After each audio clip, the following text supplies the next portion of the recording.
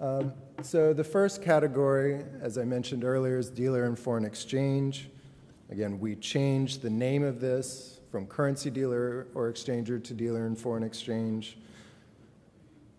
Exchanges within one currency are not covered, as I said before.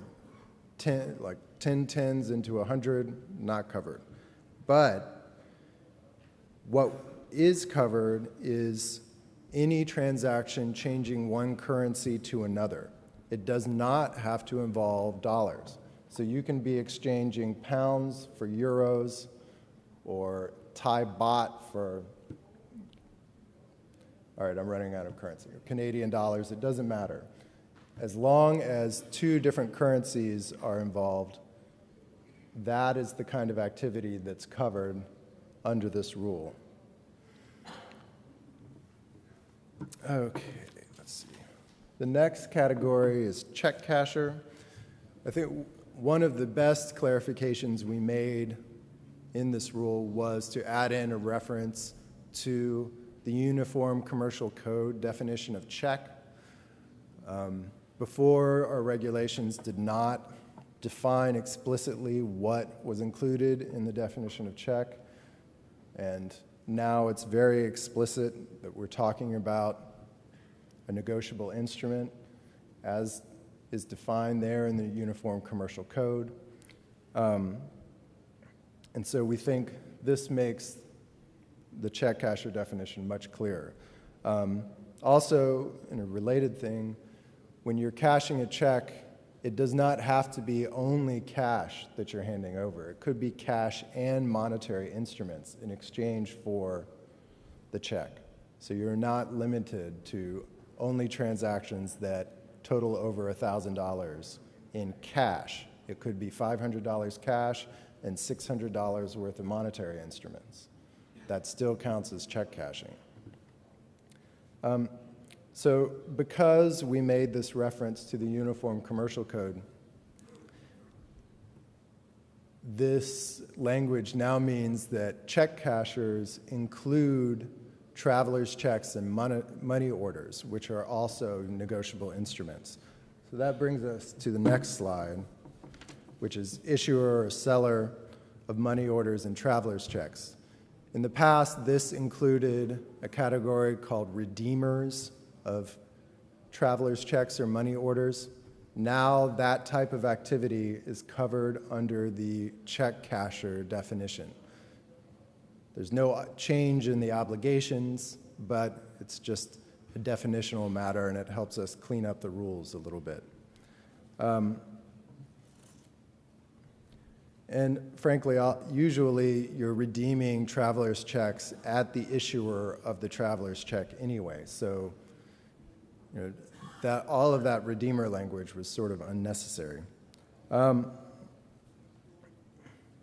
then one other note, the threshold of $1,000 is governed by the amount that's sold, not the face value of the instrument.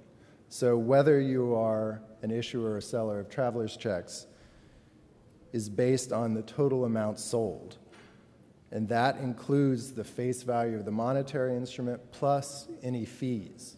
It's not just the face value of the monetary instrument. It's the amount of money that's coming across the counter. Right? And now this crowd's favorite term, money transmitter. This definition had a number of significant changes. We altered the language in a way that I think clarifies the definition and eliminates some of the confusion that existed before.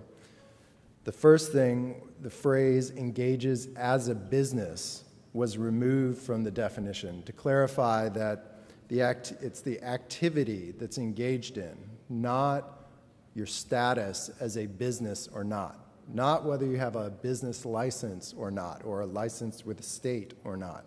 It's not status. It's only the activity that an entity that is engaged in that makes you a money transmitter or not. The other thing we did was we removed the phrase whether or not licensed or required to be licensed. It's frankly unnecessary to the definition. It doesn't matter if you have a license at all. There's no need to continue saying that. One thing that we did was include the phrase other value that substitutes for currency. And this is to make sure that we encompassed prepaid access or other currency equivalents so that everything was included in the rule. Another thing we did was to add the phrase to another location or person. So if you are sending money and it's coming back to you at that same location at a later time, that is not money transmission. It's not covered. Another thing we tried to do was to clarify that hawalas and formal value transfer systems are included. And so at the very end of the definition, it's not included on this slide, but we've explicitly included informal value transfer systems. So for those networks that are not included in a formal system, like a hawala, or there are other names for them in various cultures, those are also a form of money transmission. As I mentioned before, the foreign located MSBs, we're trying to clarify and make sure that that's covered. The reason we're doing this is to ensure that there's a level playing field so that U.S. MSBs who are registered and doing everything right and have programs are not competing with foreign located entities operating over the internet who don't have any of the safeguards or other requirements in place. And so we think this is really a boon for U.S.-based businesses.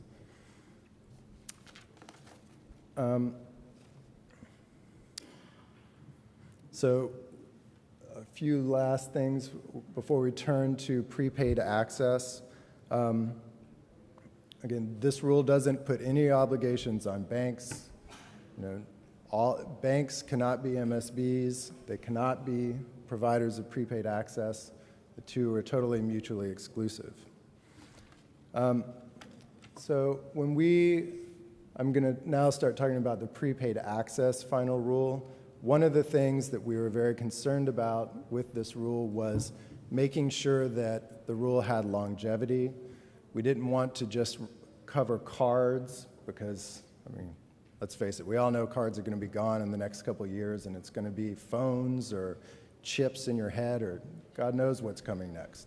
But we wanted to make sure that it was the activity that was covered, not just the form of it. So we tried to make sure that this rule placed the emphasis not on the card, but on the function.